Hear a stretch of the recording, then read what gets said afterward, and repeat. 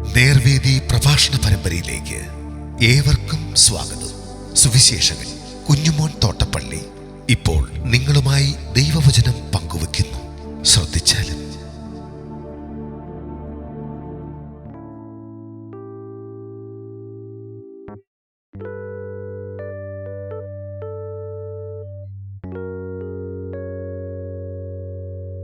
തന്നെ പ്രസിദ്ധമാക്കരുതെന്ന് യേശു കൽപ്പിക്കുന്നു.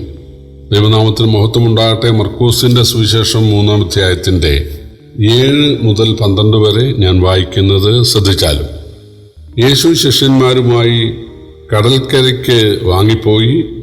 ഗലീലയിൽ നിന്ന് വലിയൊരു പുരുഷാരം അവനെ അനുഗമിച്ചു. യഹൂദയിൽ നിന്നും യെരുശലേമിൽ നിന്നും ഏദോമിൽ നിന്നും യോർദാൻ അക്കരെ നിന്നും സോരിന്റെയും സീദോന്റെയും ചുറ്റുപാടിൽ നിന്നും വലിയൊരു കൂട്ടം അവൻ ചെയ്തതൊക്കെയും കേട്ടിട്ട് അവൻ്റെ അടുക്കൽ വന്നു. പുരുഷാരം തന്നെ ഞെരുക്കാതിരിക്കേണ്ടതിന് അവരുടെ നിമിത്തം ഒരു ചെറുപടക് തനിക്ക് ഒരുക്കി നിർത്തുവാൻ അവൻ ശിഷ്യന്മാരോട് പറഞ്ഞു. അവൻ അനേകരെ സൗഖ്യമാക്കുകയാൽ ബാധകൾ ഉള്ളവരൊക്കെയും അവനെ തൊടേണ്ടതിന് തിക്കി തിരക്കി വന്നു. അശുദ്ധാത്മാക്കളും അവനെ കാണുമ്പോഴൊക്കെയും അവൻ്റെ മുമ്പിൽ വീണ് നീ ദൈവപുത്രൻ എന്ന് നിലവിളിച്ചു പറയും. തന്നെ പ്രസിദ്ധമാക്കാതിരിക്കേണ്ടതിന് അവൻ അവരെ വളരെ ശാസിച്ചു. കർത്താവായ യേശുക്രിസ്തു തൻ്റെ അടുക്കൽ വന്ന രോഗികൾക്കും താൻ കണ്ടുമുട്ടിയ രോഗികൾക്കും ആവശ്യക്കാർക്കും സഹായം നൽകിയിട്ടുണ്ട്. അവർക്ക് രോഗസൗഖ്യം നൽകിയിട്ടുണ്ട്. ഭൂതബാധയിൽ നിന്ന് വിടുതൽ നൽകിയിട്ടുണ്ട്. അങ്ങനെ അവർക്ക് സ്വസ്ഥതയും ആശ്വാസവും നൽകിയിട്ടുണ്ട്. കാരണം താൻ മനസ്സരിവുള്ള ദൈവമാണ്. അതുകൊണ്ട് ആവശ്യപ്പെട്ടവർക്കും ആവശ്യപ്പെടാത്തവർക്കും അവിടുന്ന് സൗഖ്യം നൽകിയിട്ടുണ്ട്. കാരണം ദൈവത്തിൻ്റെ സ്വഭാവം ദുഷ്ടന്മാരുടെ മേലും നല്ലവരുടെ മേലും മഴയെ പെയ്യ്ക്കുന്ന അവർക്കൊക്കെ സൂര്യപ്രകാശം നൽകുന്നവനാണ്. ആ ദൈവമാണ് ഇവിടെ മനുഷ്യനായി വന്നിരിക്കുന്നത്. അതുകൊണ്ടാണ് യേശു സൗഖ്യം നൽകിയത്. പക്ഷേ യേശു താൻ ആർക്കൊക്കെ സൗഖ്യം നൽകുകയോ അവരോടൊക്കെ പറഞ്ഞു, ആരോടും പറയരുത്. അത് ശരിയാണോ? പരമാവധി ആളുകൾ വന്ന് സൗഖ്യം പ്രാപിക്കുകയല്ലേ വേണ്ടത്? പ്രിയപ്പെട്ടവർ, യേശു വന്നത് രോഗസൗഖ്യം നൽകാനോ കല്യാണ വീടുകളിൽ ഭക്ഷണം അല്ലെങ്കിൽ പാനീയമില്ലാതെ വന്നാൽ അതിന് പരിഹാരം വരുത്താനോ ഒന്നുമല്ല. യേശു വന്നത് മനുഷ്യന്റെ ഏറ്റവും വലിയ പ്രശ്നമായ പാപത്തിന് പരിഹാരം വരുത്താനാണ്. യേശു പാപികളെ രക്ഷിപ്പാൻ ലോകത്തിൽ വന്നു.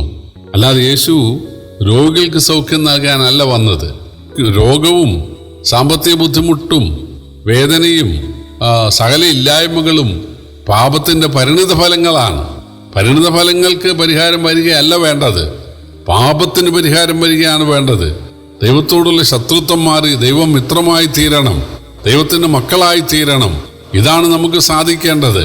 അപ്പോൾ ദൈവവും മനുഷ്യനുമായിട്ടുള്ള അകൽച്ച അത് മാറ്റി മനുഷ്യനെ ദൈവത്തോട് ബന്ധിപ്പിക്കാൻ, രഞ്ജിപ്പിക്കാൻ, നിരപ്പിക്കാനാണ് യേശു ഭൂമിയിൽ വരുവാൻ ഇടയായി തീർന്നത്. എന്നാൽ താൻ കണ്ടുമുട്ടിയ രോഗികൾക്ക് താൻ ദൈവമായതുകൊണ്ട് സൗഖ്യം നൽകി. പക്ഷേ അവരോടെല്ലാം പറഞ്ഞു, നിങ്ങൾ ആരോടും പറയരുത്. ആരോടും പറയരുതെന്ന് പറഞ്ഞിട്ടും ആളുകൾ ഇങ്ങനെ തിങ്ങി കൂടിക്കൊണ്ടിരുന്നു. അതുകൊണ്ട് യേശു ഒരു പടകിൽ കയറി ഇരുന്നിട്ടാണ് പ്രസംഗിക്കുവാൻ ഇടയായി തീർന്നത്. പ്രിയപ്പെട്ടവരെ, ഈ കാലത്തും മീറ്റിങ്ങുകളൊക്കെ നടത്തുന്ന ആളുകൾ രോഗസൗഖ്യം തങ്ങൾ നൽകുമെന്ന് അവകാശപ്പെടാറുണ്ട്. തങ്ങൾക്കതിനുള്ള വരമുണ്ടെന്നൊക്കെയാണ് ആളുകൾ അവകാശപ്പെടുന്നത്. അവർ പരമാവധി ആളുകളെ കൊണ്ടുവരിക എന്നാണ് പറയുന്നത്. രോഗികളെ കൊണ്ടുവരിക, നിങ്ങൾ തീർച്ചയായിട്ടും സൗഖ്യം കിട്ടുമെന്ന് പറയുകയാണ്. യേശു അങ്ങനെ ചെയ്തില്ല. ഈ കാലത്ത് സൗഖ്യമായിട്ട് കിട്ടുന്നുമില്ല. കാരണം ഈ കാലത്ത് അങ്ങനെ വീരപ്രവൃത്തികളുടെ വരവുള്ള ആരുമില്ല. അപ്പോസ്തലന്മാർക്ക് അതുണ്ടായിരുന്നു. അപ്പോസ്തലന്റെ അടയാളം തന്നെ വീരപ്രവൃത്തി ചെയ്യാനുള്ള കഴിവാണ്. 2 യോഗ്യത അവർക്കുണ്ടായിരിക്കണം. ഒന്ന്, യേശുവിനെ കണ്ടിരിക്കണം. 2, വീരപ്രവൃത്തികൾ ചെയ്യാനുള്ള ആ വരമുണ്ടായിരിക്കണം. ആദ്യ നൂറ്റാണ്ടിൽ അപ്പോസ്തലന്മാർക്കും അപ്പോസ്തലന്മാരുടെ സഹകാരികൾക്കും അടയാളങ്ങളും അത്ഭുതങ്ങളും വീരപ്രവൃത്തികളും ഒക്കെ ചെയ്യാനുള്ള വരമുണ്ടായിരുന്നു. അതൊക്കെ ഈ സുവിശേഷത്തെ ഉറപ്പിക്കാൻ വേണ്ടി ആണുണ്ടായിരുന്നത്. ഇത് വിശ്വസനീയമാണെന്ന് ഉറപ്പിക്കാൻ വേണ്ടിയാണ്. യേശു പറഞ്ഞു, വിശ്വസിക്കുന്നവരാൽ ഈ അടയാളം നടക്കും.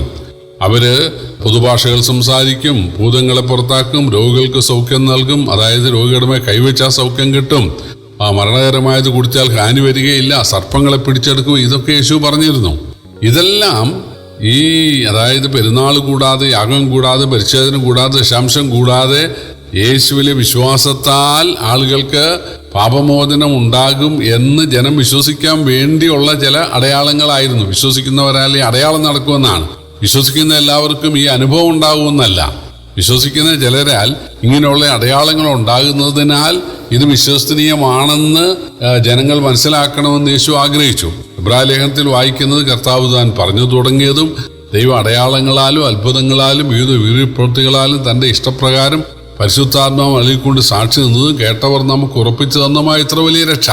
അപ്പോൾ രക്ഷയെ ഉറപ്പിക്കാൻ ഇത് വിശ്വസനീയമാണെന്ന് ജനത്തെ ബോധ്യപ്പെടുത്തുവാനായിട്ട് ആദ്യകാലത്ത് ഇങ്ങനെയുള്ള അടയാളങ്ങളും അത്ഭുതങ്ങളും രോഗസൗഖ്യങ്ങളും വീര്യപ്രവൃത്തികളും ഒക്കെ ഉണ്ടായിട്ടുണ്ട്. പക്ഷെ നമുക്കറിയാം, പൗലോസ് അപ്പോസ്തലനാൽ വലിയ അത്ഭുതങ്ങളും അടയാളങ്ങളും ഒക്കെ നടന്നിട്ടുണ്ട്. പക്ഷേ തന്റെ സഹപ്രവർത്തകനായ ത്രോഫിമോസിനെ, പൗലോസ് രോഗിയായ ആ ത്രോഫിമോസിനെ മിലേത്തിൽ രോഗിയായി വിട്ടേച്ചു പോകാനുണ്ടായത്. സൗഖ്യമാവുമ്പോൾ നീ തിരിച്ചു വരിക എന്ന് പറഞ്ഞ് അവിടെ ആക്കിയിട്ട് പോരുകയാണുണ്ടായത്. ഇനി തീമോത്തിയോസ്, തന്റെ മകനെ പോലെയുള്ള ഒരാളായിരുന്നു തീമോത്തിയോസ്. പക്ഷെ തീമോത്തിയോസിന് അജീർണതയും കൂടെ ക്ഷീണവുമായിരുന്നു. പൗലൂസ് കൈവച്ച് സൗഖ്യം നൽകിയാൽ പോരെ, പക്ഷെ ആ കാലം കഴിഞ്ഞിരുന്നു. അതുകൊണ്ട് പൗലൂസ് തീമോത്തിയോസിനോട് പറഞ്ഞത്, നീ മേലാൽ വെള്ളം മാത്രം കുടിക്കാതെ അല്പം വീഞ്ഞുകൂടെ സേവിച്ചു കൊള്ളുക എന്നാണ്, ഒരു ഔഷധം എന്നുള്ള നിലയിൽ. പ്രിയപ്പെട്ടവരെ, അത് പൗലൂസിന് വിശ്വാസം ഇല്ലാഞ്ഞിട്ടോ, പൗലൂസിന് പ്രാർത്ഥനയില്ലാഞ്ഞിട്ടോ, തീമോത്തിയോസ് ഭക്തനല്ലാഞ്ഞിട്ടോ അല്ല, മറിച്ച് അത്ഭുതങ്ങളുടെയും അടയാളങ്ങളുടെയും പ്രവൃത്തികളുടെയും കാലം കഴിഞ്ഞിരുന്നു. അതുകൊണ്ടാണ് പ്രിയപ്പെട്ടവരെ, കർത്താവായ യേശു ജനത്തോട് പറയുകയാണ്, നിങ്ങളിത് ആരോടും പറയരുത്. പക്ഷെ ഇക്കാലത്ത് കുറെ ആളുകൾ, പരമാവധി ആളുകളെ കൊണ്ടുവരിക, സൗഖ്യം ഞങ്ങൾ തരും, ഞങ്ങൾക്ക് വരവുണ്ട് എന്നാണ് ചിലർ അവകാശപ്പെടുന്നത്. പ്രിയപ്പെട്ടവരെ, അത് വചനവിരുദ്ധമായ ഒരു കാര്യമാണ്. വരമുണ്ടായിരുന്നു, 1-ാം നൂറ്റാണ്ടിൽ വരമുണ്ടായിരുന്നു. രോഗികളെ തൊട്ടാ മതിയായിരുന്നു, പ്രാർത്ഥിക്കേണ്ട ആവശ്യം പോലും ഇല്ലായിരുന്നു. പക്ഷെ ഇന്ന് അത്ഭുതകരമായ ഒരു കാര്യം, ആർക്കും പാമ്പിനെയും പിടിക്കേണ്ട, മരണകരമായത് കുടിക്കുകയും വേണ്ട, രോഗികളുടെ മേൽ കൈവച്ചാൽ സൗഖ്യം വരും, അങ്ങനൊരു സംഭവമില്ല. ഇവര് പ്രാർത്ഥിക്കുകയാണ്. എന്റെ പ്രിയപ്പെട്ടവര്, പ്രാർത്ഥിക്കുക എന്നുള്ളത് യാക്കോബിൻ ലേഖനത്തിൽ എഴുതിയിട്ടുണ്ട്. നിങ്ങൾ ദീനം ഉള്ളവൻ സഭയിലെ മൂപ്പന്മാരെ അറിയിക്കട്ടെ, അവര് വന്ന് എണ്ണ പൂശി പ്രാർത്ഥിക്കട്ടെ എന്നല്ലേ വാക്യം. അല്ലാതെ വലിയ ക്രൂസൈഡുകൾ, വലിയ മഹാസമ്മേളനങ്ങൾ നടത്തുന്ന സമയത്ത് അത്ഭുത രോഗശാന്തി ഉണ്ടെന്ന് അവകാശപ്പെടുന്ന ആളുകളുടെ അടുക്കൽ രോഗികളെ കൊണ്ടുചെല്ലാൻ അല്ലല്ലോ ബൈബിളിൽ വാക്യമുള്ളത്. അതത് സ്ഥലം സഭയിലെ ദൈവദാസന്മാരുടെ ആരെ വിവരം അറിയിക്കുക, അവര് വീട്ടിൽ ചെന്ന് പ്രാർത്ഥിക്കട്ടെ എന്നല്ലേ.